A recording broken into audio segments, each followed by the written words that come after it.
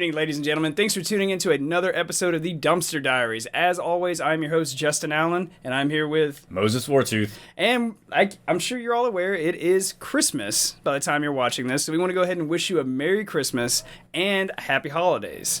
You guys have supported us, and we are very grateful for it. And, you know, now is this time of the season where you're going to gather around the dinner table with your family. But when you do that, I want you to look deep down in yourself and ask yourself, what would it take for you to have your family for dinner? And that brings us into the title of this special. Cannibal Christmas.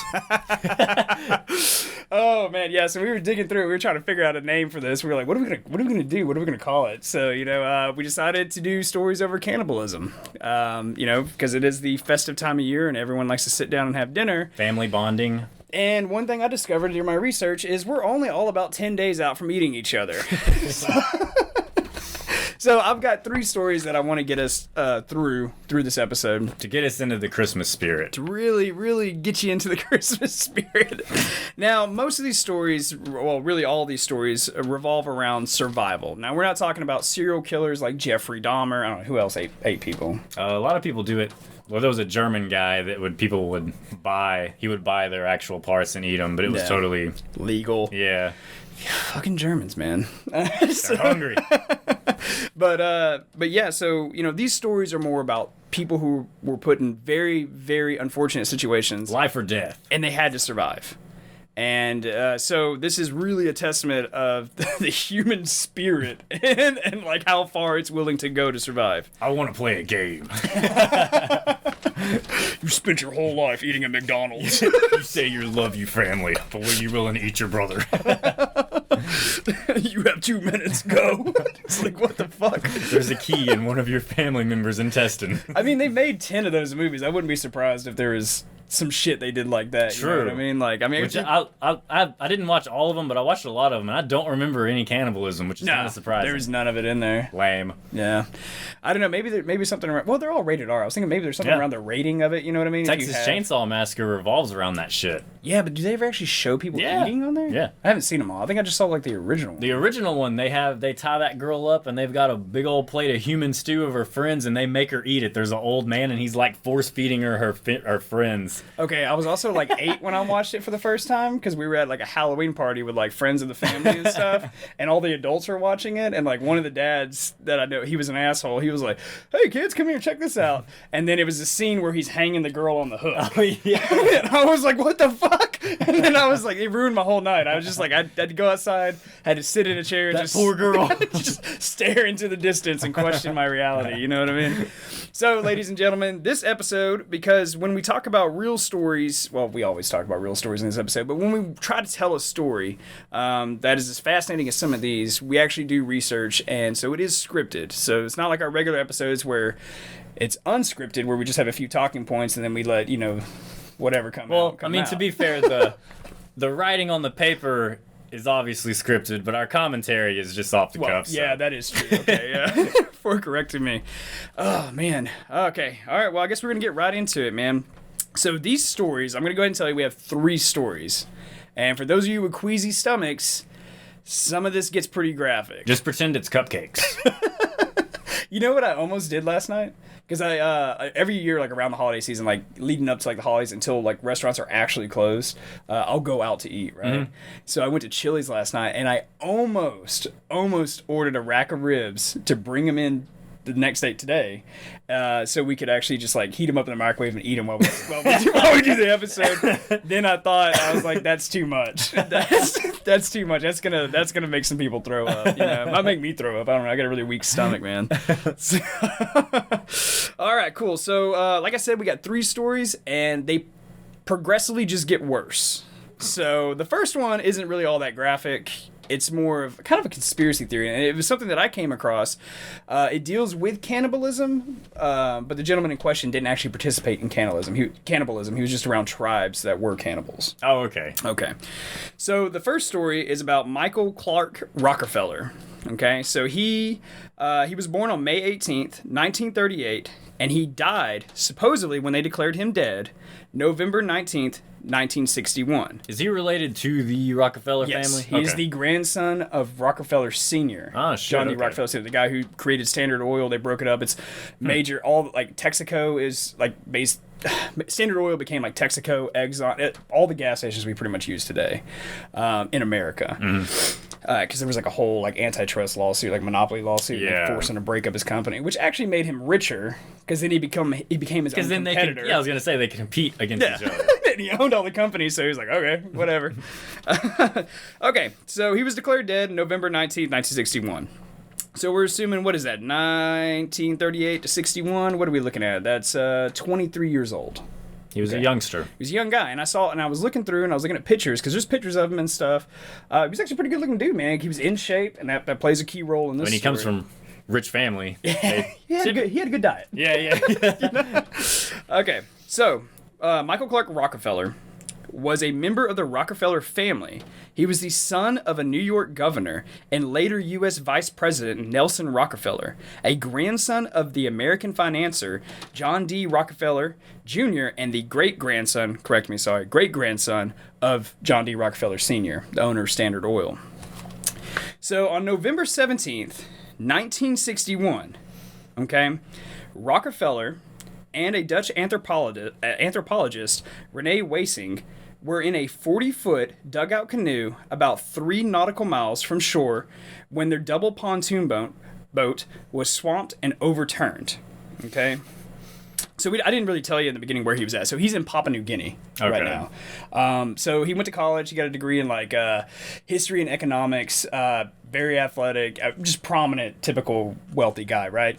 And so one thing he wanted to do was travel the globe to all these remote tribes and collect artifacts to bring back for museums in New York and stuff, right? And so he went to Papua New Guinea, which has a very, very, very secluded tribe, well, several tribes, but very secluded, like remote. Like, no running water, no electricity. Now, it'll talk about it later, but there is a Dutch military base. The Dutch did colonize part of it, but they kind of said, hey, this is our land right here. You guys do whatever the hell you're doing over there. We don't want to get involved, right? So they still let these tribes practice their own laws and follow their own rights and everything like that. So anyway, Rockefeller is in the boat with this anthropologist, and they capsize, okay, in Papua New Guinea. Their 2 local guys swam for help, but it was slow in coming. After drifting for some time, early on November 19th, 1961, Rockefeller said to Weesing, I think I can make it. He then swam for the shore. The boat was an estimated 14 miles from the shore when he made the attempt to swim to safety, supporting the theory that he died from exposure, exhaustion, and drowning. Okay, so boat fucking capsized. They're fucked. They're out here. They're like, oh god, we gotta like survive. We need help or whatever. Rockefeller's like, you know what? I can make it. I can do this. 14 miles. Now on an open like body of water, your eyes play tricks on you. Things, you might, oh, that's not that far. It's like looking at a mountain. You're like, oh, it's just right there. Yeah. And then it's like 300 miles away. So I don't know. So the theory is that he drowned, or the belief, what they officially ended up declaring. So Weesing, the anthropologist, was rescued the next day. Okay? If he would have just stayed on the boat, he would have been fine. But Rockefeller was never seen again, despite an intensive and lengthy search effort.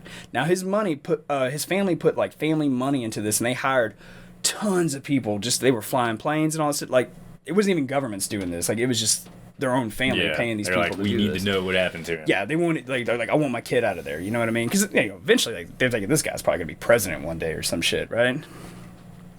So get back to where I was at. So the next day, the other guy was found, and Rockefeller was never seen again. At the time, his disappearance was a major world news item. It was covered on like every mainstream media across the globe. His body was never found. That is key in this. They never found his body. And he was declared legally dead in 1964. Okay? So 3 years later, actually. Excuse me. Actually, no, I think I got the date wrong. Yeah, no, they legally declared him dead in 1964, but they're like, he died on November 19th, 1961, when he drowned. Which that was the day he went for a swim. Yeah, so they gave it 3 years, I guess, like... That was generous. Well, I guess he's not showing up anytime soon, so, we can cash that life insurance policy. He's not the ruler of some New Guinean tribe by now, so... We're getting there. Dun, dun, dun. Okay, so it was originally reported that Rockefeller either drowned or was attacked by a shark or possibly a saltwater crocodile. That would be a hell of a way to go. Yeah.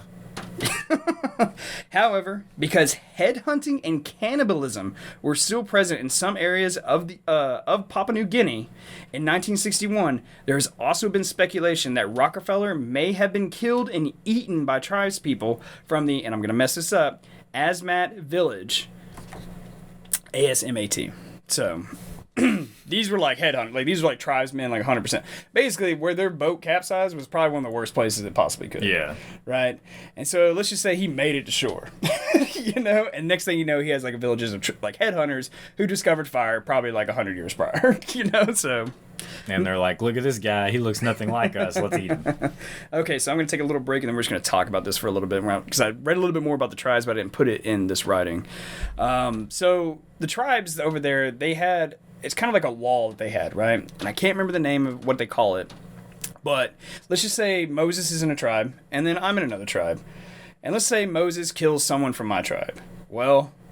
I get to kill someone from your tribe. So it's like the Crips and the Bloods. Basically, yeah. It's Crips and the Bloods of Papua New Guinea, right? So, in the 1960s. And so they're literally headhunters, and they eat them, and there's a whole, and it's officially cannibalism because there's a whole, like a ritual behind it, and like spiritualism of like, I'm absorbing their power and stuff like that. And then they keep their skulls as souvenirs. So there's some of these tribes you can go down to where they just have, like, in their huts, they have just walls of skulls of where they've just, like, killed enemies and then, like, fucking ate them, Which also kind of has me alarmed because there's a thing, what was it, the prawns disease, where eating brains? I've always heard that, but I don't know. And it will apparently make humans go crazy. I don't know if that's like a scare tactic to keep people from eating people. I don't know if you need a scare tactic to keep people from eating people, but... I don't need a scare tactic unless... You get hungry. Wait till we get to these next stories. You're going to find out. Yeah, unless you start getting hungry. Because I'm going to start asking some questions to you later. So, the official theory is that, like, hey, this guy just drowned. And if he didn't drown, then he was just murdered by some tribesmen, right? Because a lot of these people had never seen a white man before. Yeah. And there's, like, quotes where people went down later and interviewed them, and they used to think that, like, white people were demons and stuff like that. I mean, because imagine you just, like, one day you're walking through the woods and you literally just see a green person. You're like, that's a fucking alien. I mean, I would think alien, but you know what I mean? You don't know what you're looking at, Like, especially if you've never seen it before. So, time goes by. And, there's been books written about this, and they all come to basically the same conclusion, right? Now, a couple of years ago, some filmmakers, I believe they're still working on the documentary right now. A couple of years ago, some filmmakers were like, hey, we're going to re-attack this issue. We're going to go back and investigate it and do all this stuff with it, right? Like looking for this guy? Just the story behind it. They're not looking for him. They just want to get down to the bottom of it. Because while most of the stories were all, like, pretty much lined up, there were some inaccuracies, right? Because, like, people went down and interviewed, like, one tribe, and they were like, oh, they drowned. We never saw them. And then another tribe was like, no, we killed them, but don't tell anyone we did that because we don't want problems. Like, they were, like, threatening to, like, curse their families and stuff if they told anyone that they killed. I think they actually called him a white devil at one point. So, But anyway, so this older gentleman... It's two filmmakers, they start making this new documentary, right? And they're like, okay, like a modern documentary, because all the other ones, you got to remember, this happened in the 60s, so a lot of the coverage was happening in, like, the late 60s, early 70s, and then it just kind of died out, right? So these two filmmakers find a guy who was a cameraman who had a bunch of footage from down there. Like, he went traveling down there, like, in the 70s, in the 80s and stuff, had all, like, just, like, a warehouse of film, like, 8mm film, like, stuff like that, right? Like, old school stuff. Nothing digital. And he was like, yeah, you can have all of it, right? And this is where the story gets really fucking weird. Captured on a small camera as it plays across the ranks of 17 approaching cannibal war canoes. The image is fleeting, but unmistakable. So this guy films basically this river, and they have these, like, huge 40 big ass canoes, man, and it's just like these Papua New Guinean warriors on there, right? And so he's just filming it, and it's a quick film. Among the massed ranks of dark-skinned headhunter tribesmen heading around the bend of a New Guinean river is a naked and bearded, white-skinned man, his face partially covered in war paint as he paddles furiously. The appearance of a white face among the throng of cannibals would be astonishing at best of times, but in the circumstances in which this footage was shot, it is potentially mind-boggling, and he believes that is actually Michael Clark Rockefeller, who decided to stay down there. So at that point, how old would he have been? I believe when that film... Oh, well, I guess that was old, so he wouldn't have been yeah, that... it was only like his 30s or something, tops. Yeah. It really wasn't even... I don't think it was even a decade later. And I saw the film clip, and I kind of compared it to like a photo of him, and I was like, whoa. Could be him? Could be him, yeah. I think it is. Because, I mean, it's his facial hair... I mean, it's just a matter of difference of like ethnicity, but like his facial hair is different. I mean, there's no denying, and it's not albino. That he's a Caucasian? Yeah, it's a white dude down there. And so when you go back and you look into like Michael Rockefeller's like history, like especially his like fascination with like anthropology and history, apparently he like developed like an infatuation for these tribesmen. And like so they found like his cameras, and he's like hanging out with like all these tribes people, and they're taking photos, they're all smiling and laughing. And there was a couple of jokes floating around the internet talking about how like basically he thinks it's all fun and games, and they're like, we're gonna eat your ass. Yeah. So but my theory is Michael Rockefeller actually lived, stayed down there because, you know, like I was saying, like he was infatuated with this stuff, but also apparently there was reports of him kind of being tired of his family. Like, not just his family, but just like the lifestyle, the industrialization. Like he was like, this is not how humans are meant to be. And some people believe that he just found a place. He wanted to go way back to his roots. He went back to the cradle of motherfucking civilization. You know, what is Africa? I don't know. But anyway, so that is the story of Michael Clark Rockefeller. So let us know in the comments, ladies and gentlemen, if you think this guy is alive or not. Yeah, did he make the 14-mile swim? Did he make it onto land? I feel like he could have made it on the land, and then if he was surrounded, I feel like if he knew all, it would be like the first 20 seconds would depend on if he would live or die. So like as long as he could get out of that and be like established that don't kill me, I think it was probably golden. Yeah, and I think he was also like familiar with a lot of their language too. So like as long as he could pop off some kind of thing. And he'd already spent quite a bit of time down there too. So like, and those tribes, like, there's a lot of them, but like, I think if a white dude in the 60s like that was down there trading goods for artifacts, taking pictures, talking to them in their language, I think that rumor would travel really quickly throughout the jungles, you know what I mean? And people would know, like, hey, and I think if someone saw it, they'd be like, that's probably that dude. You know what I mean? Like, I'm going to take a shot in the dark and say it's that guy, you know what I mean?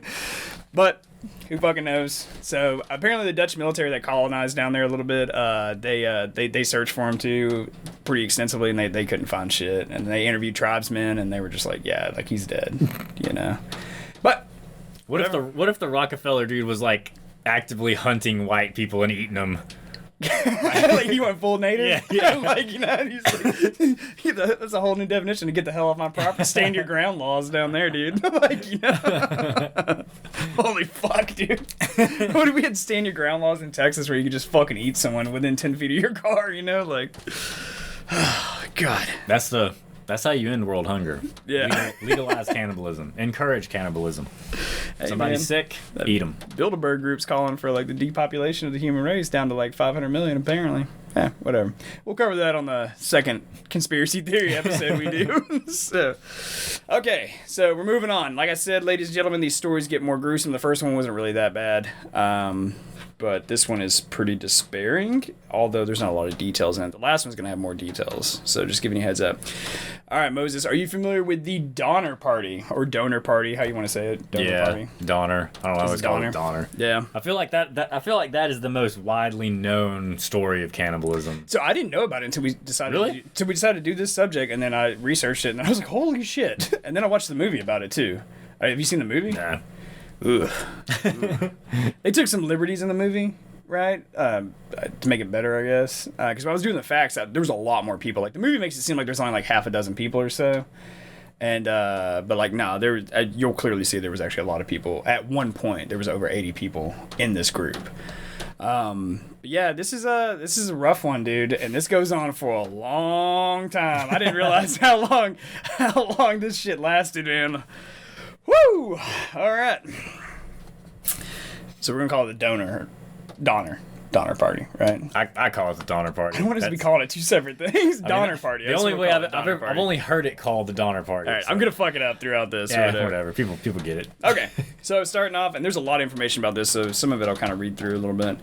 The Donner Party, a group of American pioneers named after the expedition's captain, George Donner, who became stranded en route to California in late 1864. The party was trapped by exceptionally heavy snow in the Sierra Nevada desert, and when food ran out, some members of the group reportedly resorted to cannibalism of those already dead.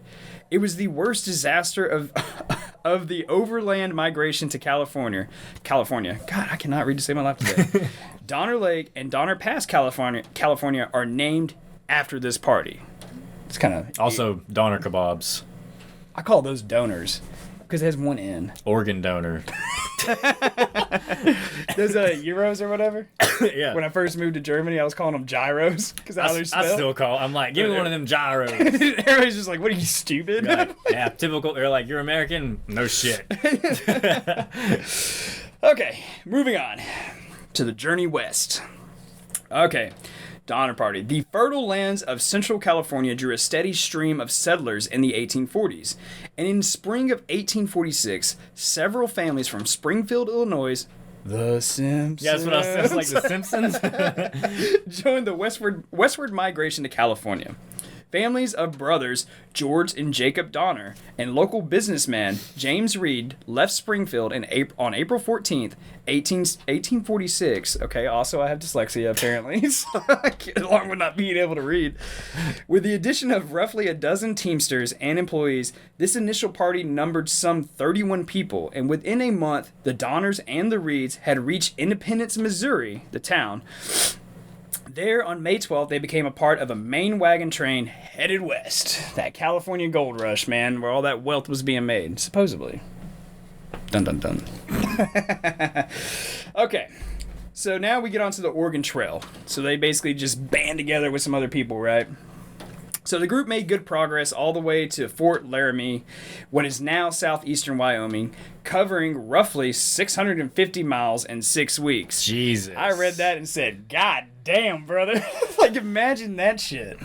Like, I know you got a wagon or two, man, but like 650 miles in 6 weeks. I remember playing the Oregon Trail on the computer.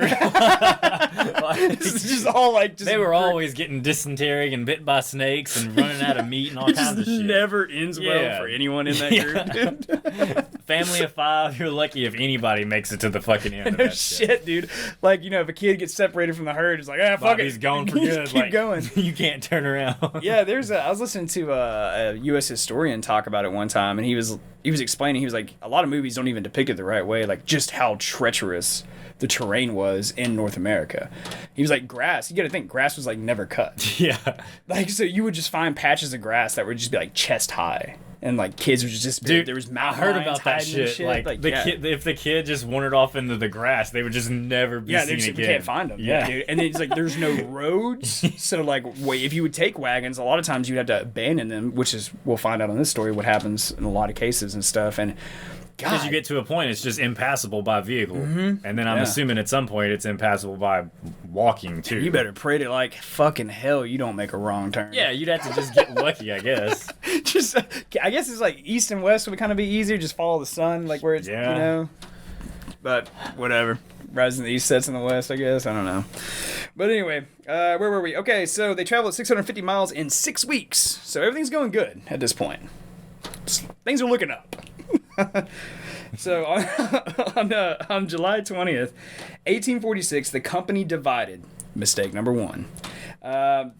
With most of the wagon train then turning north towards Fort Hall, which is in modern-day southeastern Idaho, and using the well-known Oregon Trail okay, to continue the journey west. The Reeds and the Donners and a number of others chose to head southwest toward Fort Bridger. This would be the first of many mistakes that they would make, you know. But they were given bad information. They didn't know it yet. Didn't know yet. Fucked up. Yeah. It was at this moment. Yeah, they fucked up. When they knew they fucked up. There's going to be a few of those moments in this shit, I can tell you this. The group had elected to use a shortcut, in quotations, to California that had been recommended to them by an unreliable guide named Lansford Hastings.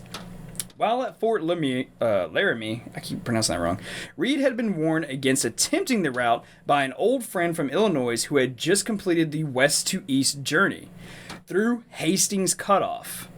But the group chose to press ahead, so he was already warned, don't go that way. They were like, nah. Yeah, because they're just looking for a shortcut, you know? They're like, hey, this is a quicker way. Let's go. You're going to learn today, kid. All right, the party elected George Donner to serve as its leader. Or captain, as some people would like to use. And at its peak, the Donner Party would number some 87 people, of which 29 were men, 15 were women, and 43 were children. That's a lot of kids. It's too many kids.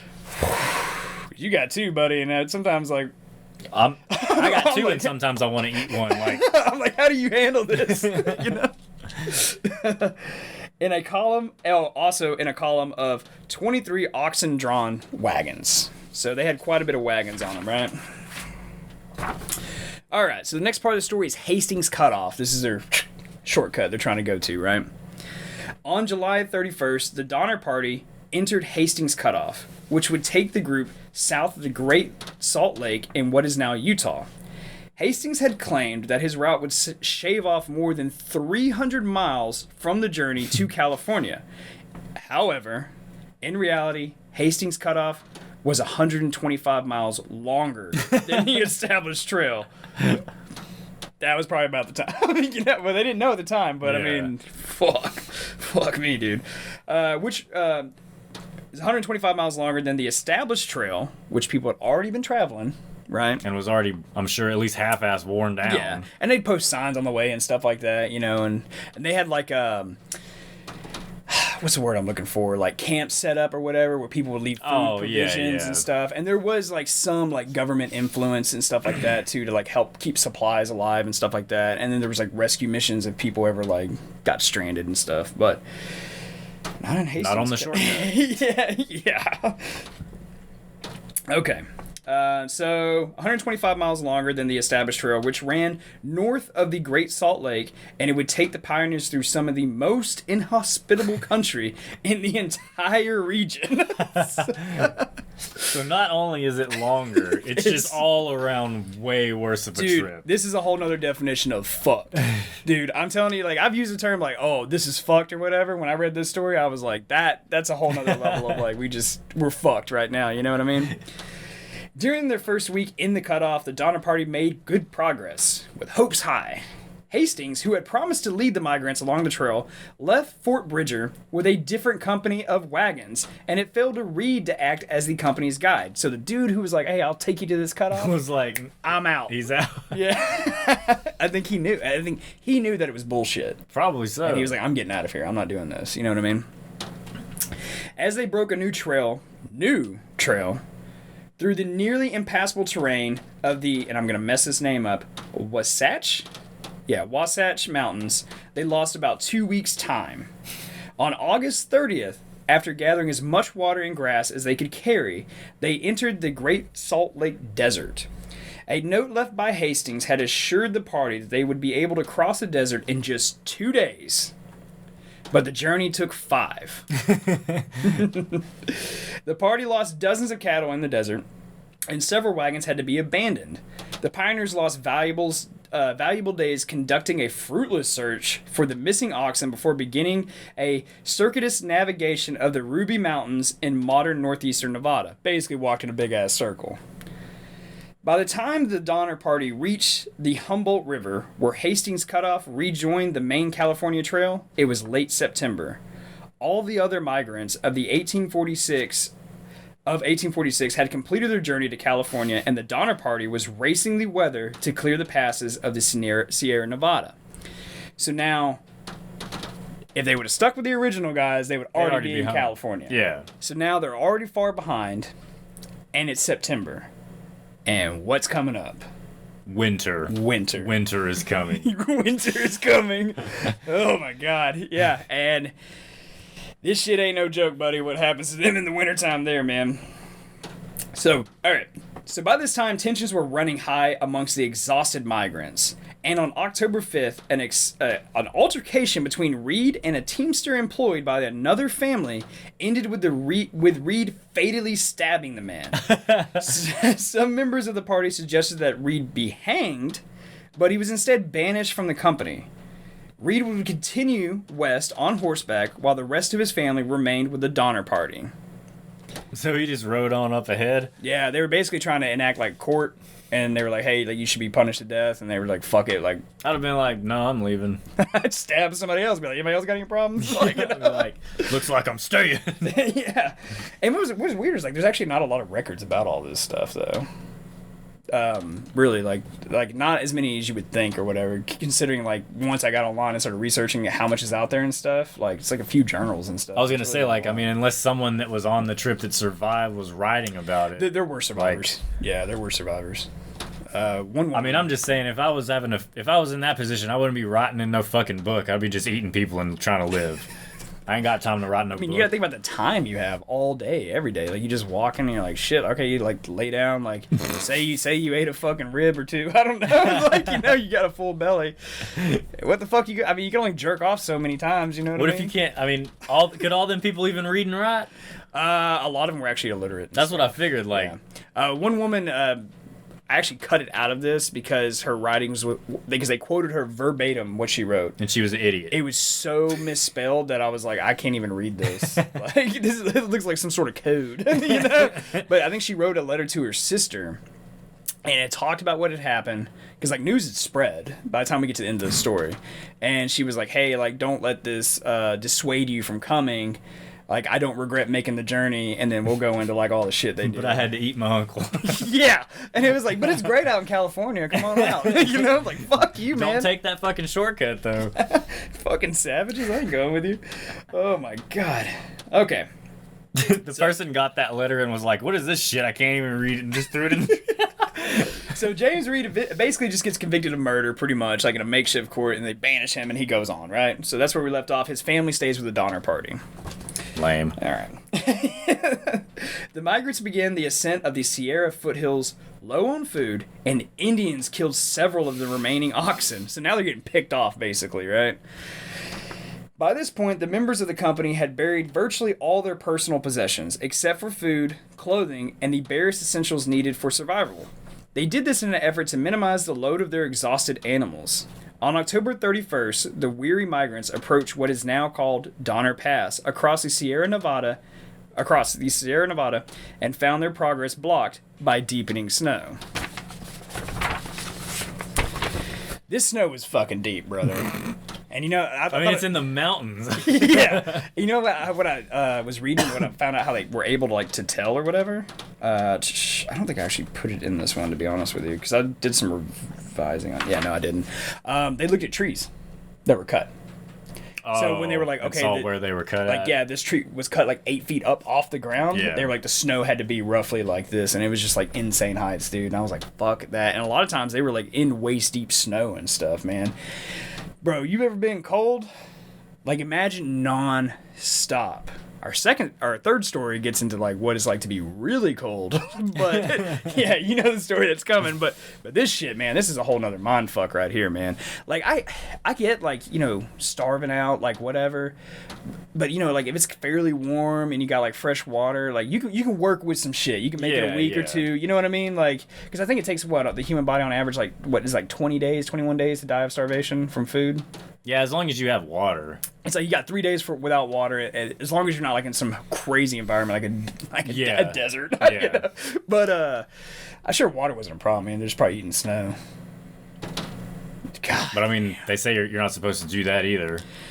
What is What is the reason behind all that, man? I mean, if you can heat it up, that's fine. But if you eat cold snow, it just cools your body off faster, and you get hypothermia and die. Like it doesn't really? actually help you out. It just hurts your body in the long run. I was basically thinking like probably like maybe like dirt, bugs, parasites. No, because I mean, if you even like scooping off the top layer of snow, like you're not even close to the ground, and as long as people haven't like literally shit on top of it, like you're fine. Like but no, it's just because it's cold. God damn. Okay, so anyway, it's getting cold now, and they're in some shit ton of snow. Okay. So by this time, they're basically wandering around. We'll call it like waist deep snow and shit, right? And so now the party basically built crude cabins near what is now known as Donner Lake. The Donners, the family, whose progress was delayed by a wagon accident, made a similar camp a few miles further east on the trail near Alder Creek. 8 days of almost continuous snow fell. Oh my god. Whew, God. Like you're falling. God, could you imagine? I was gonna question why they built a fucking camp, but I mean, it was just too I guess if they probably couldn't even move at all at that point. And I think I believe that they were just like, okay, maybe we can wait out the winter. Oh. Yeah. They need more of them cows for that. Yeah. Because while they're still low on food and stuff, they do have some now. And they could, from what I kind of gathered and read and all that, they could possibly ration it out to get through the winter, but they'd be on the verge of starvation towards the end of the winter. For sure, because that, like, winter, I would assume that's probably at least 4 months. Yeah. In the fucking mountains, like... Yeah. Whew. Okay. So 8 days of continuous snow followed, pretty much.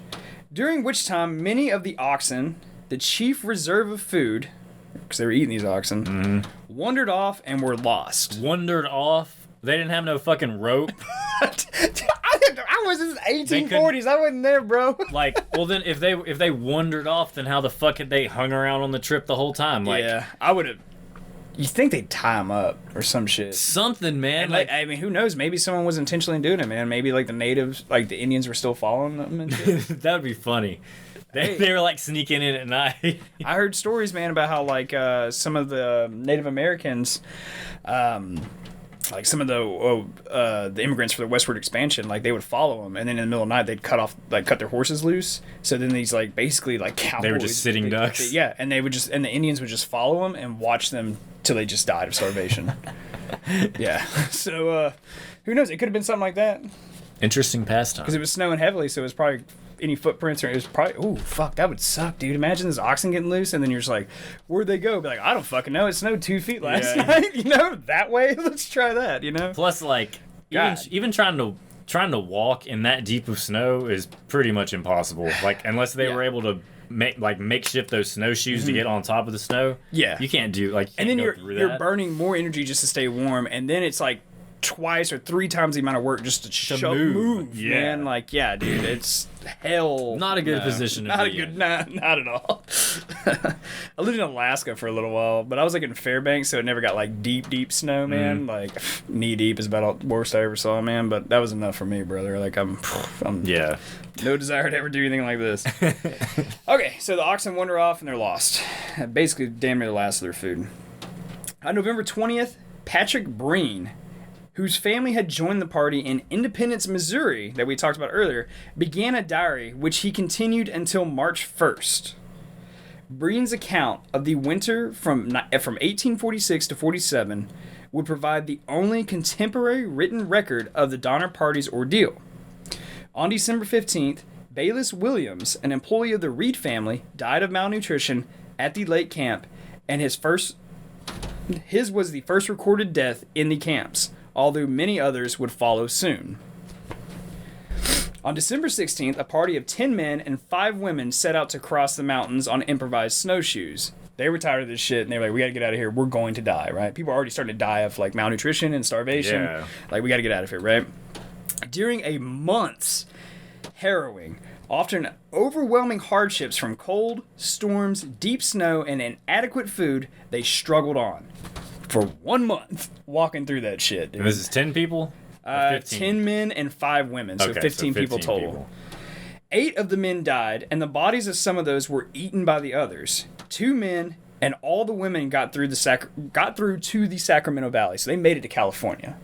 But 8 of the men were killed. They either died. And all of the women made it. All the women made it. So there was like some civility between them and stuff. Like, you know, like, hey, women and children off limits. Like, we're, you know.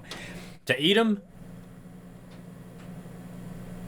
I'm going to say, yeah. I mean, when I was like, I would pause and think, and I'm like, some like historian's going to be like watching this and be like, these idiots have no idea what they're talking about. But I mean, it seemed like, I mean, because you got to think, they tried to have like a court when there was a murder, right? I'd be like, fuck that, And all bets are off. I think there was, and this was the mid 1800s, so they're, you know, these weren't like savages. Total savages, you know? Okay, so of the 10 men and 5 women who went to basically go forward, right? 7 of them made it. Well, what did I say? Yeah, 7 of them made it. So 2 men and the 5 women made it, right? To the Sacramento Valley. The settlers of California organized a relief party which left Fort Sutter, also known as Sacramento today, on January 31st, 1847.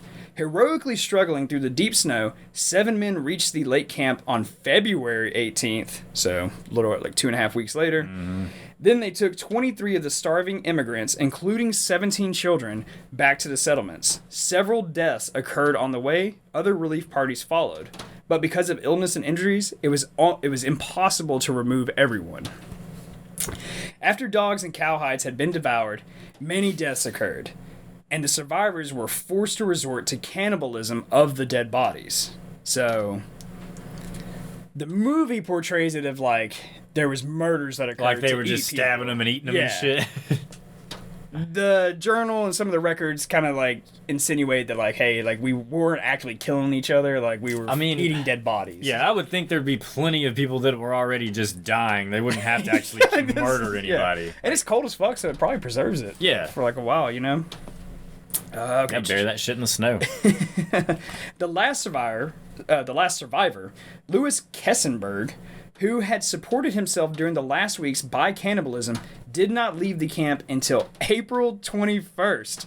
5 of the immigrants died before reaching the mountains camp, 34 at the camps or on the mountains while attempting to cross, and 1 just after reaching the settlements. 2 men who had joined the party at the lake also died. The total of deaths was thus 42, with 47 survivors.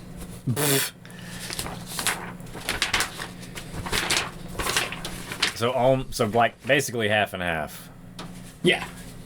Now the movie makes it seem like it's a smaller group, and it's way more vicious than what it really was. But like it hadn't even hit winter yet, and they were already just killing each other and eating. Yeah. I think they shoot one guy in the head. Like I think at one point when I watched the movie, like they basically draw straws with sticks. Who get the short stick? Yeah. And that was the first guy who had to sacrifice himself for the group, right? And it's just like I don't think that actually happened, but we never know what really happened though, because the guy didn't start keeping the journal till later on. Yeah. And maybe he didn't. He only kept it till March. I mean, maybe he didn't want everybody to be made out as like killers. Could be. So could be trying to save like some face, you know, with some of the families and stuff. Cause, like if we do make this out alive, I don't want to be immediately labeled a psychopath. I believe some of the, you know, because there was like a businessman on there. Like I think some of the families, they actually had money and they financed this whole thing like, to get there. So it could be a lot of that. Because you remember back in the day, people actually cared about reputations and stuff. You know, slap you with like white gloves and be like, "I challenge you to a duel." I don't know what the fuck they do. Okay, so getting on to the third story revolving around cannibalism is titled The Miracle in the Andes, A Tale of Survival, Resilience, and Human Spirit. It's so uplifting. Like it is actually kind of this is a horrible story, but it is kind of got an uplifting vibe to it because these people really work together. The survivors work together to get out of there. But in Spanish it'd be Milagro en los Andes, if you want to know that. Yeah, there you go. Okay, so I'll get to do a brief one because this is pretty simple how I wrote this out, but I'll give you a brief overview of it. Essentially, it was a plane crash that occurred in the Andes Mountains in 1972, and there was 45 people on the plane, and they were stuck on that mountain for quite a while. So let's get right into it. The miracle in the Andes is a remarkable story of survival that unfolded in the remote and treacherous Andes Mountains range in 1972. This harrowing tale revolves around a Uruguayan rugby team whose plane crashed into the mountains, leaving the survivors to face extreme conditions, isolation, and the ultimate test of human endurance. This incident not only captivates the imagination, but also serves as a profound exploration of the human spirit, resilience in the face of adversary. I said that wrong. Human's spirit in the face of adversary. Okay, so jumping right into it. On October 13th, 1972, Uruguayan Air Force Flight 571, carrying 45 passengers, including members of the Old Christians rugby team, crashed in the Andes. So this is like a college rugby team or whatever. So all these guys on the team are like young. I think the youngest guy was 18 years old. The Old Christians. yeah. Well, so South America, so religion is very, very heavy there. So that actually plays into our story. It'll just be one of these side facts that I throw in, but basically everyone was extremely Catholic, right? But anyway, the team was en route to Santiago, Chile for a match. So they were flying from Argentina to Chile and to go to a rugby match. The survivors faced immediate challenges such as the harsh mountain terrain, extreme cold, a lack of proper equipment. With minimum food supplies, the group quickly realized that their chances of rescue were dwindling, forcing them to make difficult decisions to stay alive. So they crashed? Yeah, so they crashed. So essentially, when they flew out of Uruguay and they were in Argentina, right? And they're flying on like this super shitty. It was actually an old retired Air Force plane, and something I can't remember how many of these planes were made. I think it was like 75 of these planes were made, and then over like a 50-year period, like 25 of them crashed, and they killed like 400 people total or some shit. Like, yeah, I was like, stop flying so these they things. were fucking flying death traps. Yeah, dude. And so anyway. They take so they're getting ready, and the main captain that was flying was a seasoned pilot. Like, he had like over 5,000 hours of flight time. He knew what he was talking about, and the weather from Argentina to Chile, where they were going, was really bad. And already just flying through the Andes Mountains is difficult enough. It's just a dangerous terrain to fly over. Mm-hmm. A lot of turbulence. Weather can sporadically change. So he was like, no, we need to like let this weather cool down, and we'll wait. Well, the rugby team and the other passengers, so that they had the rugby team on the flight, but then there was other just passengers that were on there as well. And some of the team members brought their family members as well with them. Like one guy famously, Nando Parado, brought like, I believe his mother and his sister on the flight. So they're pressuring these pilots, like, no, we have to go now. They're like, don't be a bitch. Yeah. They're like, oh, I thought you were a pilot. I thought you knew what you were doing. It's going to be okay. It's a puddle jumper. It's a short flight, So this plane isn't even designed to travel at high altitudes. Like, it's not designed to hit like 35,000 feet. I believe in most cases, I don't even think it can even really reach over 15,000 feet. So it's very low. It would be like if we flew out of like a regional airport to a regional airport, real small plane or whatever. So eventually, the main pilot is still trying to hold his ground, but the co-pilot is a very inexperienced pilot. This is one of his earlier flights. He's like, I got this shit. He's like, I got this. Well, he's cocky. He starts to fold from the team, pressuring him, and then he pressures the pilot.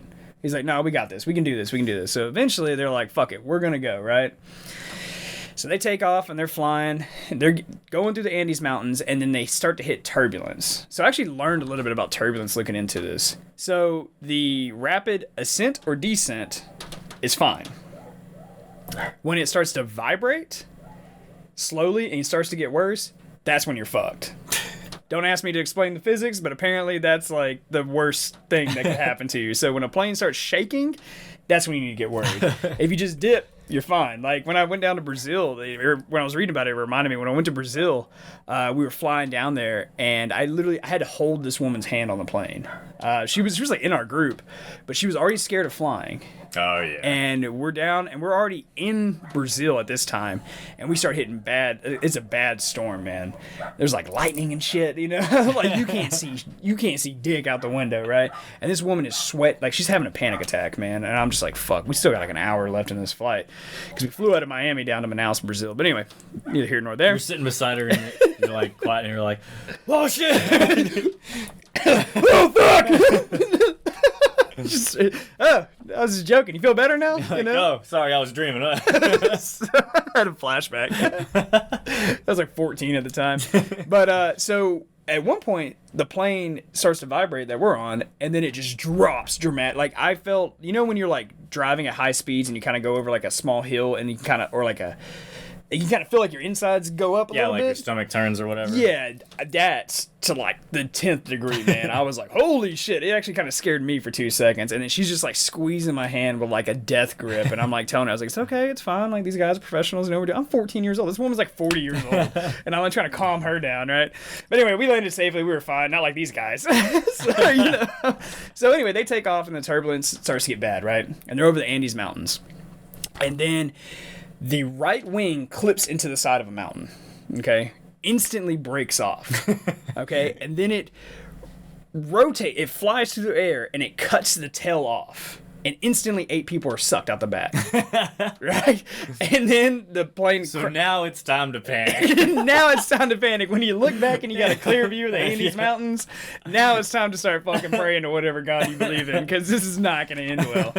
And I'll just tell you, in this story, whatever could go wrong, went wrong. Like, it was... horrible shit these guys had to go through, man. And I honestly, just time-wise, I couldn't fit in all of the details that I wanted to. I was like, oh my God, because 2 of the survivors ended up writing books about it. And then there was a movie made in 1993 that had Ethan Hawke in it. Whatever, they could have found somebody better, in my opinion. So, but... A Broadway musical... Sure, right? So anyway, then eventually the left wing clips a mountain ridge, breaks off. So now it's the tube, right? The fuselage. And it just, bam, wrecks into this mountain. And it just starts sliding like fucking Santa's sleigh, dude. It is going. They estimate between 120 and 135 miles per hour. Right? Just barreling down a fucking mountain. Barreling down a mountain. No wings, no tail. 8 people are gone already, right? Out of the 45. The numbers start dwindling fast in this group, man. I'll tell you that. So the problem that really starts to occur that I'll go ahead and put into your mind is that because it is in the southern hemisphere, the seasons are a little different than it is for like us in America in the northern hemisphere, right? Because of the tilt of the earth like and all that. Yeah. And so the winter time down there was relatively mild in Argentina and Chile, right? So most of the people on board, they just basically had like t-shirts and blue jeans, and they were not prepared for winter. Once again, ladies and gentlemen, winter is coming. And so anyway, they're in this tube, and they're fucking sailing down this mountain ridge, man. I can't remember what they said. I think they said it went like 5,000 feet before it crashed into an embankment, right? And it instantly crushed the nose. First problem here, who sits in the nose of the plane? Pilot and co-pilot. Used to. Used to. Now, luckily, though, one individual I was reading about, he almost described it as divine intervention. Something told him while the plane, the fuselage was sliding down the mountain ridge to stand up in his seat. Like, to get out of his seat and stand up, and he held on to, like, the luggage rack, right? Like a bus. Yeah. And when they crashed, it collapsed part of the fuselage. His friend that was sitting next to him was instantly crushed, and the seat that he was sitting in was crushed. So him standing up was what saved his life. Now, the pilot is instantly killed. He's just crushed. The co-pilot, however, is only crushed from the waist down. Oh, perfect. Yes. Now, they're in the Andes Mountains. I believe it was about 10,000 feet above sea level, if I remember right. And it is cold. Okay? So they go from like 60 degrees, you know, like, woo, yeah, I might put on a long sleeve shirt, no big deal, to freezing their ass off. Negative 10 degrees Fahrenheit, right? They are not prepared for this shit. And to make matters even worse, A lot of the major supplies that they would need that they'd find later was actually in the tail of the aircraft. They got cut off that they went away from. So that'll come into play a little bit later. But anyway, so I'll actually read this next paragraph and we'll talk a little bit more because in the writings that I have for it, they're not very detailed, but I just read a lot about this, so I know a little bit about it. Okay, so the next phase is survival and difficult decisions. The first few days after the crash tested the survivors' ability to endure the brutal conditions of the Andes. With little food and inadequate clothing, the group faced the harsh reality of their situation. To survive, they had to confront moral dilemmas, including the decision to resort to cannibalism to sustain themselves. This controversial choice became a focal point in this story, sparking debates around morality, ethics, and lengths humans are willing to go to survive in extreme situations. Isolation in the unforgiving Andes played a significant role in shaping the survivors' mental and emotional states. Cut off from the rest of the world, the group had to rely on each other for support and companionship. See, a lot of their survival actually played a key role in the fact that they were a team already, and they'd been playing together for years. And so they were like family. Yeah, and these guys were in shape. Yeah. Too, so that's important as well. They will live. No, sorry. The will to live became a driving force. The survivors formed a tight-knit community that provided emotional strength during the darkest of moments. This aspect of the miracle in the Andes highlighted the power of human connection and the importance of resilience in the face of overwhelming odds. After enduring a total of 72 days of unimaginable challenges, a rescue mission finally located the survivors.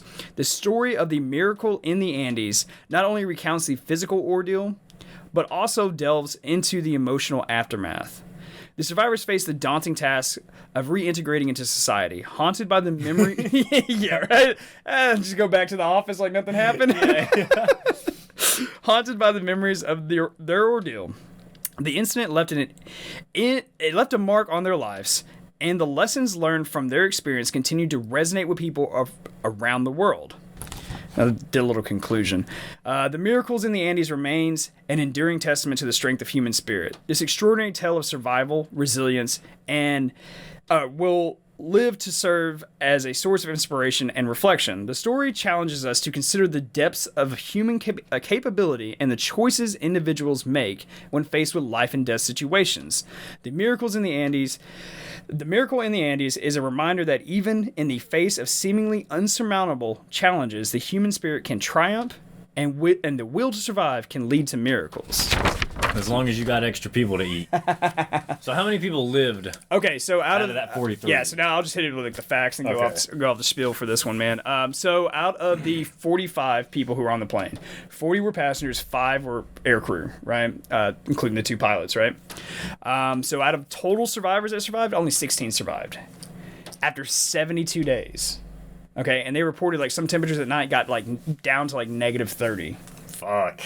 Yeah, because when they originally crashed, they still had like, it was going to get colder as the weeks went by. Yeah.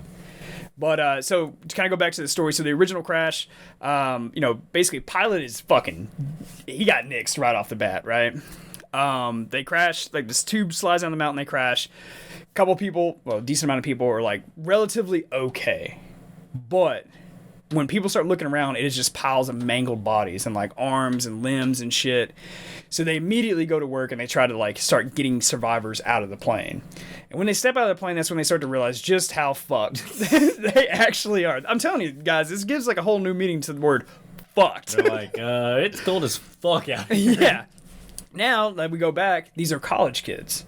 So it's not like they had some resources about them, right? For example, one guy was an engineer. It was actually the 18-year-old kid was an engineer, if I remember right. His name was Roy. Two of the students on the plane on the rugby team were first and second year medical students. So they had some idea of like how to handle some of these like hardships they would face. And so the medical students immediately just go to work, right? And like there's a story of like one of the med students, his friend literally got impaled with a pipe, right? And he was like, hey, like, come take a look at this. You know? And then I think something's wrong. yeah, and like it doesn't really hurt here or here, but this shit right here, like, I think something's wrong here.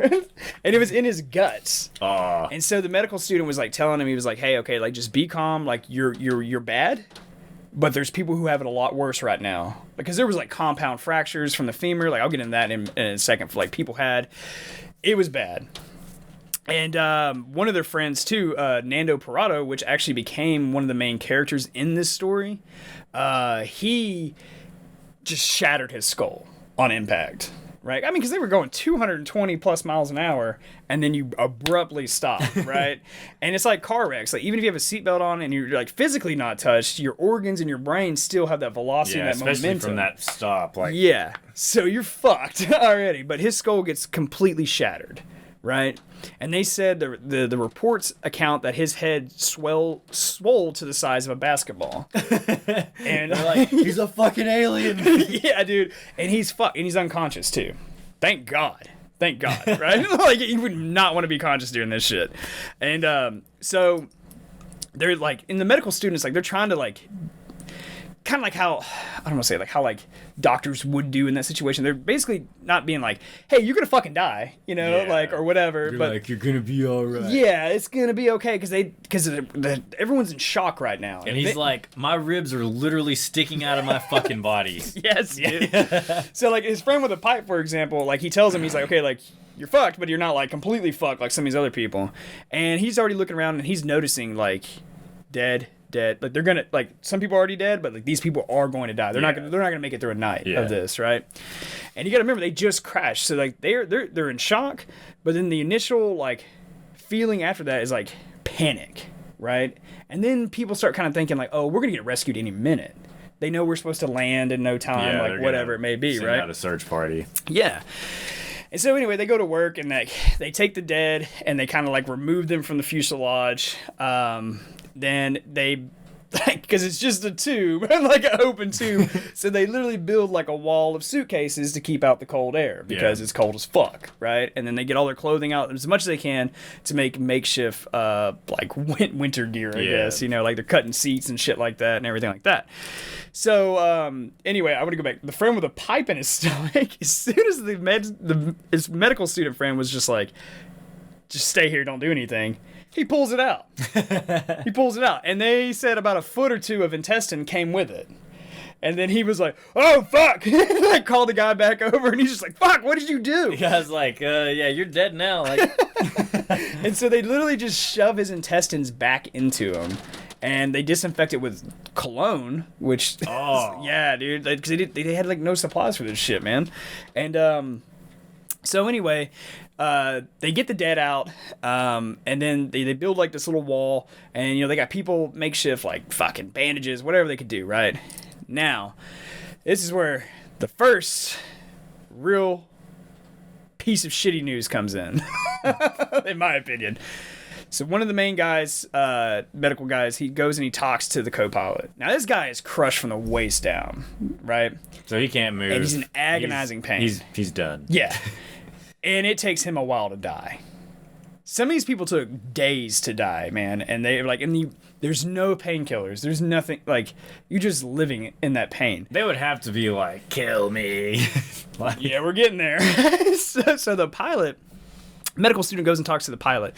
And he's like, where are we? Like, where did we crash? And he gives him the name of this area. And he's like, oh, okay, like, that's not too bad. Like, we're pretty close to Chile. Well, the co-pilot, being as inexperienced as he was, and some people say there was like a faulty altimeter, so they thought they were at a different altitude, and blah, blah, blah. There's a couple other facts around that. He basically was 40 miles off the mark. So they're thinking they're a lot closer to civilization when really they're 40 miles down the fucking road. Yeah. In like waist deep snow, and it's negative 10 degrees outside in the sunlight, you know? So anyway, the pilot co-pilot is screaming in agony, and apparently, and thank God these guys kept their mouths shut about it, he asked for his gun. He said that in his like carry-on bag that he had a gun, and he wanted to blow his fucking brains out. Understandable. Yeah, because I've always heard that like any compound fractures of the femur are actually the worst pain that you can experience. Really? As a human, like that's the worst break in a bone. And both of his were just completely gone. Like bones are sticking out of the legs and shit, dude. And they wouldn't do it. They were like, we're not doing that. We're for not religious reasons? Yep, for religious reasons. Because once again, it goes back, they were all Catholic for the most part. And, you know, suicide is the ultimate mortal sin, and that's direct ticket to hell. Like, you can't enter the kingdom of heaven based on Catholicism with that.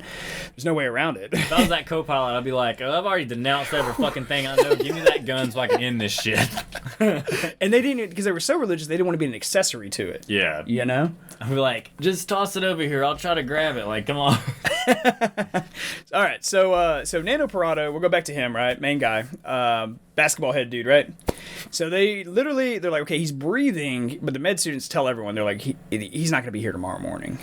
So they push him in the back of like the little makeshift room that they have, right, near the suitcases, near the outside. Mm-hmm. And the mixture of the slightly warm air on the inside and the cold air on the outside kept his body at just the perfect temperature to prevent more swelling, which is what saved his life. So after a few days, he came to consciousness, and this dude ended up like surviving the whole thing. And his head went down. Yeah, it went down with normal, and then he was. I can't remember if he actually wrote a book about it or not, but two of the survivors wrote books about it. But he becomes one of the big leaders, actually, like of the group and stuff, and helps keep people's spirits up and shit like that. And but remember, Nando Parado's mother and sister were on the plane. Now his mother was killed damn near instantaneously, if I remember right, crushed. But his sister was mangled as fuck, and it took her 10 days, if I remember right, 10 days to die. And she just screamed non-stop. And like they would have they would have breaks in the like everyone would be cool, like they would have moments, because they were like young guys, they would have moments where they would just make jokes and laughing like nothing was happening. Yeah. Right? And then like there would be like people who would kind of snap for like a brief minute, and like apparently one guy was like screaming at her like, if you don't shut up, like I'll come over there and like fucking kill you, or like some shit like that, right? Dude, like, I mean, it would drive you insane. Yeah, it was driving him crazy. Yeah, because she was slipping in and out of consciousness, but when she was awake, she would scream uncontrollably until she passed out again. God, I'd have been like, we need to go push her like to the side, like get her out of here. I don't want to listen to that shit. But it was the guy's sister, right? And ultimately, it was kind of sad, but like Nando Parado like held his sister as she died. And so they're like, okay, so more people are just like dying, right? They're moving the bodies outside. So he was like, all right, start heating her up. She's dead. We can eat her. Oh, we're not there yet. So a few days go by, and they're like, okay, rescue plane's not here. No helicopters, army, where fuck those guys are at, right? And another thing about this is that they're at such a high altitude, there's less oxygen. Oh, okay. So like walking is taking it out of you. Like doing anything is difficult, right? Some people described it as like you had to take 3 breaths just to have the equivalent of 1 normal breath, right? And so anyway, a few days go by, and then the young engineer, the 18-year-old Rory was his name, I believe, he gets to work on trying to fix a radio up, right? And they're able to make a makeshift radio, and they make a makeshift antenna out of a bunch of like copper they strip out of this fucking plane, right? And they catch it on the news talking about the crash. And this is day 8. Remember, old girl's still screaming in the background. Day 8, right? Kill me. Like, fuck, dude. You know? I don't know. I mean, I believe in sympathy deaths. Like, if someone's, like, that fucked up and you're completely fucked and they're like, just fucking kill me. Yeah. Like that co-pilot, I'd have gave him the gun. Yeah, I'd have been like, here's the gun. We're going to go walk off for, like, give us, like, 5 minutes and then... Or even... Okay, so I'm sure murder is probably kind of looked down upon, too, but it's probably not as bad as suicide. What if they would have, like, killed the person as a mercy kill versus letting him kill himself? Did they just not want that on their conscience? Well, it'd go down as murder. Yeah, but I mean... Religiously wise, like, it would go down as murder. Now, like, in a standard court, like, I don't think a jury would find you guilty in that situation. Because it's like... Canada lets you voluntarily kill yourself. There's a few countries. Netherlands has that, like assisted suicides and stuff like that. Yeah, not in America, buddy. We'll give you shit health care. We won't even give it to you. The only way you can do that is if you look out and get the death penalty. Yeah. And I want you alive every grueling moment to the end. Yeah, and even on that shit, you got to sit on death row for 20 fucking years. And, you know, or even if you're just sick with like cancer, it's like they want you alive to the very last minute. You know, you gotta milk every dollar. It's almost inhumane, really. Honestly, you think about it. Like if I was dying, like pancreatic cancer runs in my family, right? And it's like like it's horrible. Like there's almost nothing they can do for it. Yeah. And you just got to live through it. And a lot of times it takes a long time to die from it. And dude, if I'm like in the final fucking stages of that, if there was a doctor that would just shoot me out, I'd have a little ceremony, say bye to my family, maybe have a nice dinner if I could stomach it or whatever. And I'd be like, fucking pump that shit in me, buddy. Let's get this, roll that beautiful bean footage. Let's get this shit over with. You know what I mean? But anyway, so let's go back to the story. Try to wrap it up. This is actually a really long story, but I'm not gonna like make it a huge fucking thing for us because then we'll go to like 2 hours or some shit. But so anyway, they get this radio, and on day 8, they get the news. Now they can only hear; they can't transmit information. Okay. Because it's legit like a handheld little radio. They get the news that the search has been called off on day 8, and that they just basically have all been announced dead. And at this point, the majority of people are still alive. So 2 guys hear this news on the radio, and then they have a little sidebar, and they talk about it like, hey, should we mention this? One guy was like, don't tell them. Yeah. Another guy was like, no, we have to. They debated it. And then the guy was like, we have to tell them. He's like, it depends on how we say it. He's like, we can make it sound better than what it really is. So it's like, all right, you do the talking. So they go in, walks in, and the first thing out of this kid's mouth was like, great news, guys. They called off the search. And then like 30 people are like, what the fuck? Like, how is that great news? And then he gives this whole like uplifting speech about how like now they know it's up to them to survive and they have to get out of there, right? So that's day 8. And then day 10, they haven't had any real food. Now, when they crashed, they had like a few bottles of like wine. There was like, I think, a bottle or 2 of like whiskey. There was like a thing of like peanuts, a couple of crackers. Snacks. But it was gone quick, right? And luckily, one of the teammates, he was early on, was like, we have to ration this out. So they literally would like pass like, I think it was like a deodorant cap. And they'd be like, okay, everyone gets a cap full of wine a day. Yeah. Now, water wasn't an issue because they would harvest snow and they would actually melt it on the wings. Like, they stripped, like, aluminum off and stuff, and they were able to heat it with the sun. Oh, okay. And they pour it back in the wine bottles and stuff. So now they weren't drinking a lot, but they were enough to where, like, dehydration wasn't going to be a problem. Yeah. So anyway, day 10 rolls around, and the first guy gets the idea of, like, hey, if we're going to live through this, we have to start eating people. And they kind of start debating it, and this wasn't an easy decision. Like, the group was just like, majority of them were like, fuck no. Yeah, because you know whenever you bring up that idea, most people are going to be like, no fucking way. There's no way I can do that. And the first guy who brought it up, he told them, he was like, look, there's all these dead bodies out here. And he was like, we'll use their meat, right? And they were debating it, and they were just talking about, like, the moral, like, ethical issues of it, and they're, like, one guy was, like, saying, like, once we do this, we'll never be normal again. Like, we can never go back to being ourselves, you know? We're always gonna want human you know? Like, I don't know, like, because isn't that, like, a thing, supposedly? Like a myth or something? Yeah. Like, once you get the taste of it, then that's all you ever want. Yeah. And so, eventually, they come to the conclusion that if they don't eat these dead bodies, then they were indirectly committing suicide on themselves. Because they're choosing to starve to death whenever there is food available. Yeah. And that would be a mortal sin. And so they held hands, they prayed about it, and then they basically were like, okay, like, God wants us to do this. And pass the barbecue sauce. But what was cool, even though we're just fucking barbecue, like, they got some of that shit in the back. But you know what's interesting about this whole crash is they never ran out of cigarettes the entire 72 days they were there. God damn. Yeah, because Chile had a cigarette shortage. And so when they were flying from like Uruguay originally, and they stopped in Argentina, but they flew from Uruguay originally, they loaded up on just a fuck ton of cigarettes. So like people literally just chain smoked through the whole fucking thing, and they never ran out, dude.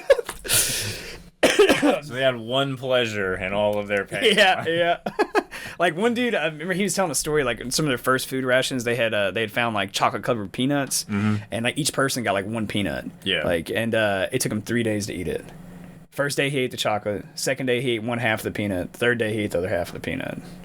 Fuck me, dude. You know. So anyway, where the fuck was I with this? Okay, so they hold hands, they pray, and they kind of come to the conclusion like, hey, like, you know, we have to do this, right?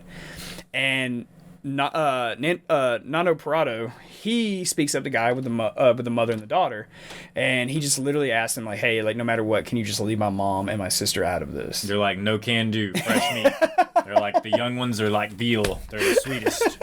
Well, out of like a moment of like civility, they all agreed and they all pledged that they would leave his mother and sister alone. Right. I'd be like, whatever, pussy. My grandpa's back They here. already had over a dozen bodies. Like they had some stockpile to get through, right? And so they all agreed, but then they also all made the pact that as they basically gave permission to each other to eat the other person. So they were like, as time goes on, if more of us die, you have my permission to eat my body. Yeah, I'd be like, fuck it, I'm dead. Eat me. Try to live. Dude, if we were in that situation, I would fucking day one. I'm gonna tell you. I'm gonna be like, hey man. We fucking die. You fucking take it. You fucking. If we're ever in some shit, like, you can eat me. I don't give a damn. Fire up my fat ass in a heartbeat. Yeah. I don't give a shit. I'd be pissed if you didn't, actually. Like, you idiot. Fucking idiot. All that meat you just wasted. So time goes on or whatever, and people were like literally starving. Now, when they first start eating, this is where it starts to get really gruesome. When they first start eating, they're taking small slivers. And they make like a designated guy to go do it, right? So the others don't see it. Just one dude? Yeah. It eventually turns into a 3-person assembly line. Okay, I was gonna say they just pick. They're like, you are the fucking body snatcher, like. Yeah, because they didn't want to deal with like the psychological impact. Because these were like their friends. Like they knew these guys for years since they were like kids and stuff, man. And I mean, fuck the air crew, I guess. But like, come on, man. That's David, man. I've known David for 10 years. So anyway. They take small slivers. Now you gotta remember, it's frozen meat. Yeah. And they put it like on like this little aluminum like stretch of wing that they have or whatever, and then they just dry it out in the sun. And then a lot of people said like when they first started eating it, they would just put it in their mouth and instantly swallow it just to get it down, right? And there was one guy who was having trouble, like he was getting sick from doing it, like he was just gagging and like, oh god, like just thinking about it, I guess. Yep. And then eventually like. Time goes on. He gets hungrier. Gets hungrier and hungrier and hungrier. And then they have moved past like the first extremities that they're taking slivers of meat from. Now it's like, okay, we have to go after things like the torso and vital organs and shit like that. So they literally have a designated guy who cuts up the main parts of the body, passes the smaller parts to a second guy who then fillets it, basically gives it to a third guy to then like he's like setting it out finally like I guess trim the rest of it off or whatever. So by the time it gets to the third guy, you can't even tell that it's human meat. But the first guy had to literally like rip apart like his friends and shit like that. And so this kind of just goes on for like a while or whatever, and eventually they decide like we're gonna make an expedition. We have to get out of it. We have to send our... We're running low on bodies. We gotta do something. Yeah. That's really what it was. And by this point, and I've kind of like brushed past it, they have survived 2 avalanches and a blizzard. Okay? And every avalanche they had, someone died. Yeah. And one avalanche actually filled the tube with snow. And that Nando Parado guy, the guy with the basketball head, was buried. Now, there's a thing that I found out when I was reading about this called the helmet of death when you're buried under snow. It's where, like, if there's, like, a pocket of air around you, you'll be able to breathe a little bit. But as you breathe, it'll melt the snow. And if it's cold enough on the outside, it'll refreeze. Oh, so then it's like a solid ice thing. Helmet, and you'll just suffocate. Makes sense. From, like, CO2 poisoning or whatever. Also, what I learned is if you're ever in an avalanche or, like, a car wreck, goes underwater, something like that, and you're disoriented, you don't know which way is up, spit. Because if whatever direction the spit goes, you need to go the opposite direction of that shit. So if someone's listening to this and that saves your life, there you go. So anyway, man, they get tired of it and they're like, fuck it. These 3 guys, they team up together and they start trekking through the mountains, man. And it is brutal, man. Because they're 40 miles off of wherever they think they are anyways. Yeah. And they have this huge debate on whether or not to start trying to trek back to Argentina or push towards Chile. All this other shit, man. And, like, if they would have gone back towards Argentina, they would have all died. It was just too far? Yeah. And at this point, too, they had also seen, like, rescue planes, like, in the first 8 days or whatever, flying over. They just couldn't see the planes because the plane was white, and it's against, like, a white capstone of the mountain. Plus, it's wedged so far down. Yeah. So, God, that's got to be the most soul-crushing thing in the world, dude. Be like, fuck. Right there, dude. So, Nando Parado, hero of the story, he hooks up with 2 other the strongest guys, and they give them like big portions of meat to take with them. A whole leg just thrown on his Fuck. They actually had to make snowshoes out of human skin. Nice. Yeah. Yeah, that's how gruesome it got, man. Because what if they put their feet inside of human heads and just used them as shoes? Oh god, it's gross. The movie downplayed a lot of like the cannibalism and how like dark they really got into it. But yeah, it was a lot worse than the movie. And so anyway, they start trekking for hours and hours and hours, and then they finally, these three guys with Nano Parado basically leading the team, find the tail, and in it, it's like a godsend. Now they had gone several hours, which it actually turns out the tail really wasn't that far away. But because of the high altitude, the deep snow, you're burning like 3 times the amount of energy to get anywhere. It's pretty damn lucky that they found that shit anyways. But it took them 2 hours, and they found it. And then also too, like when the plane originally crashed, some of the people who were sucked out of the back. This is actually a really sad story. I thought, like none of this is sad, but this part is, you know. Some of the survivors were still alive. They got sucked out of the back. And from the fuselage, the main group of survivors, they could see out of that original 8 that got sucked out, they saw a guy walking towards them and like waving, but it was snowing so heavily, and he fell down and collapsed, and they never found his body. That's like just like fuck, dude. That's so fucked. It's a whole new definition of fucked. So anyway, Nano Parado and the team of 3, right? They find this tail, and in the tail, thank God, they find like batteries, like a bigger radio where they can transmit stuff, like all kinds of shit. They find extra food, and it's nighttime now, so they can't go back just yet. But they live it up, man. They find like a comic book, like all 3 of them read it. It's the first form of entertainment they've had in like fucking 2 months, damn near, you know? So like, remember, because they were on this fucking mountain for 72 days. And dude, they eventually take the battery transmitter back to the plane and stuff, and then they're like, okay, now we're gonna go as far as we can, and we're gonna try to get to Chile, because apparently once they can get over this mountain range and get down in there, then it's actually like warm and like springs and like grass and trees and shit. And so they take the transmitter and all that shit, and they take a battery back. Basically, this shit's fucked. They can't do anything with it because the kid's an 18-year-old engineer. He doesn't really know what he's doing. Yeah, right. So Nano Parado, a couple of YouTube videos. That's about it. Nano Parado and his buddy then basically become mountain climbers over fucking night, right? And not equipped for this at all. And they're pretty much going on a suicide mission. And so they end up climbing, and it takes them days to get through these mountains, man. And it is insane. And like they'll look at a ridge and they'll be like, we have to get over that, and then it's just right there, right? And remember, they're 40 miles off course, and they don't know that. So they'd get to like a top of a mountain peak, and they just see mountains as far as the eye can see. And they'd be like, God damn it! Because then I started thinking about it, like it's not like a straight walk, dude. It's like one, it's rough terrain, but you got to account for the going up, and then going down, man. So you're like probably tripling the distance you have to travel, man. It's insane. But eventually they actually miraculously make it into Chile.